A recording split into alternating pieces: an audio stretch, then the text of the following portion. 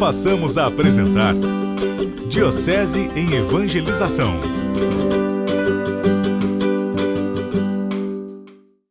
Veja como que Jesus é um bom estrategista. A ação missionária, ela não pode acontecer em ritmo desenfreado, sem o descanso, sem o silêncio, sem a oração, sem o planejamento, sem a avaliação, sem o recolhimento. Lembre-se lá do Gênesis. Jesus trabalhou 6 dias, Deus trabalhou 6 dias criando o mundo. No 7º dia, descansou e apreciou toda a obra da criação. Então Jesus é um excelente estrategista, porque ele consegue intercalar na comunidade dos discípulos que ele está treinando, liderando para a missão, ele está formando líderes.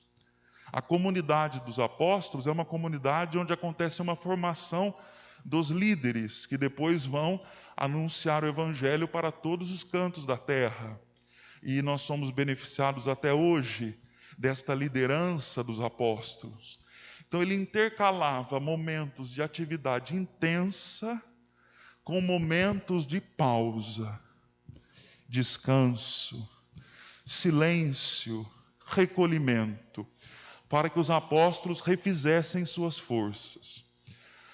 Alguns domingos atrás, nós apreciamos como que Jesus lidou com a tempestade no meio do mar da Galileia. Vocês se lembram, né? A tempestade acalmada. O mar da Galileia é um corredor de água estreito no meio de 2 paredes de montanha. Então a tempestade lá é intensa. Mas também quando acontece a calmaria, a bonança, o mar da Galileia se torna um lugar agradável, aprazível.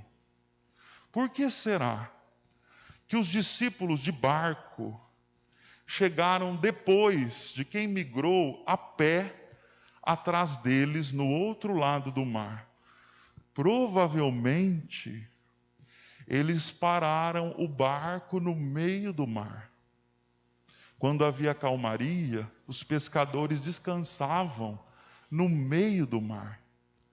Então, Jesus proporcionou aos discípulos um momento de descanso, mesmo que breve, no meio do mar. E como são necessários em nossas vidas esses momentos que nós paramos para refazer nossas forças, paramos para refletir, paramos para rezar, paramos para aprofundar nossas decisões e verificar se estamos na direção correta.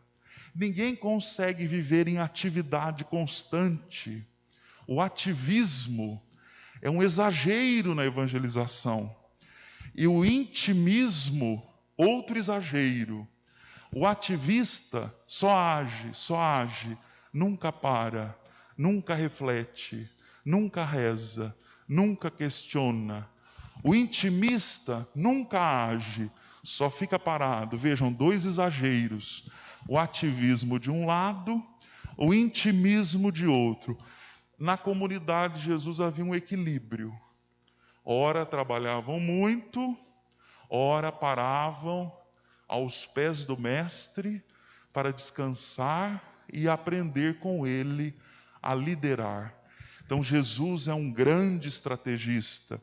Na nossa vida, na vida de todos os santos na história da igreja. Prestem atenção naqueles santos que foram luzeiros de sua época. Eles conseguiam conciliar uma atividade intensa com períodos de profunda oração e silêncio. Veja, uma mãe de família, ela tem tantas atividades, mas se ela não conseguir encontrar, pelo menos no dia, alguns minutinhos, não precisa ser um tempo muito grande, mas viver com intensidade um momento de oração, de recolhimento, de silêncio, ela vai se esgotando, até na sua atividade materna. Assim também acontece com o pai, com o profissional. Todos nós precisamos encontrar na nossa vida esse equilíbrio entre atividade, exposição e descanso, recolhimento. Além de ser um grande estrategista, Jesus é um grande líder, porque ele é motivado por sentimento nobre. Vejam lá o apóstolo Paulo que diz: ocupai-vos com tudo que é nobre, sincero, agradável a Deus. Qual que é o sentimento que motiva Jesus? Quando ele sai do descanso, ele sai do barco, ele desembarca na praia, ele já vê a multidão desorientada, dentro dele brota um sentimento nobre, compaixão, sentir a dor do outro. Então, o líder, o grande líder, o bom líder, é aquele que é movido de sentimentos nobres. Nós podemos ter nossas ações motivadas por sentimentos que não são nobres, como dominação, interferência na vida dos outros.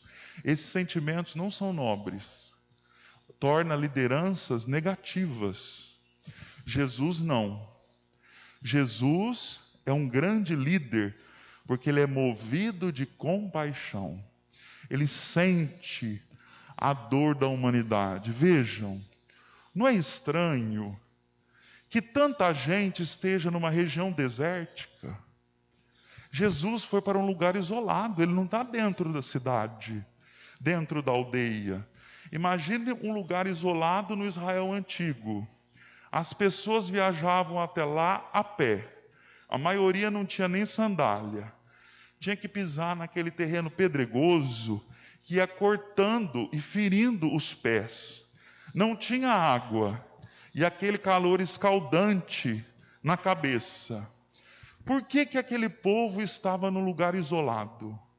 Não estava no povoado, embaixo de uma árvore, dentro, protegido por uma casa. Estava num lugar hostil, porque eles foram para lá justamente para ouvir Jesus. Eles migraram para ouvir o grande líder. Lá não era o lugar comum da vivência do povo. Por isso que ele percebeu: estão desorientados, estão sem direção, estão como ovelhas sem pastor. Vieram para um lugar onde a vida não floresce. Um lugar hostil à vida é a região desértica. Estavam todos desprotegidos. Tanto é que na continuação do Evangelho de Marcos, eles começam a passar fome e Jesus multiplica os pães. Ou seja, a fragilidade vem à tona num lugar hostil à vida. Então Jesus percebe, eles fizeram todo esse esforço para me ouvir. Como que nós aprendemos com aquele povo? Onde Jesus estava, eles iam atrás de Jesus. Nem o terreno desfavorável, nem o clima atrapalhava. Eles encontravam forças para seguir Jesus, que era o único que tocava seus corações. Lembrem-se do Evangelho, ele fala diferente. Ele fala com autoridade e não como os mestres da lei. Ele fala da nossa vida, chega até o nosso coração a sua palavra, como Pedro vai dizer: aonde iremos, Senhor? A quem recorreremos? Só tu tens palavras de vida e salvação. Então Jesus, o grande líder, ele se torna o grande formador de consciência. Este povo que estava como ovelha sem pastor, neste primeiro momento, eles não estavam com fome de pão. Eles estavam com fome de vida, de orientação, de uma luz, de alguém que ouvisse sua voz, que os acolhesse. Então, o Evangelho não fala que Jesus já foi multiplicando o pão, não.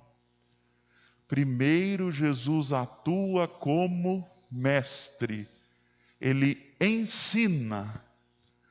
Marcos não acha necessário nem descrever o que ele ensinava.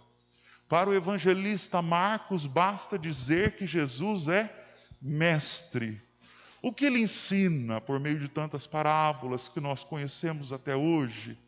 Ensina os valores do reino, o mistério de Deus, o mistério do ser humano, o mistério do mundo.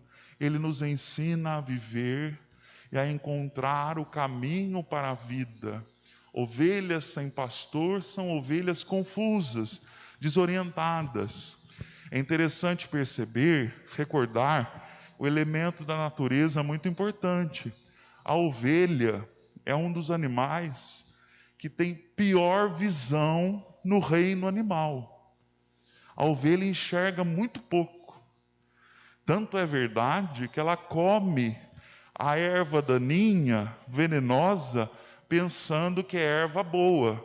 Por isso que o pastor tem que ir na frente desviar. Senão ela vai comendo tudo, porque ela é comilona. Ela come o que faz mal. Então, ovelhas sem pastor são ovelhas desorientadas.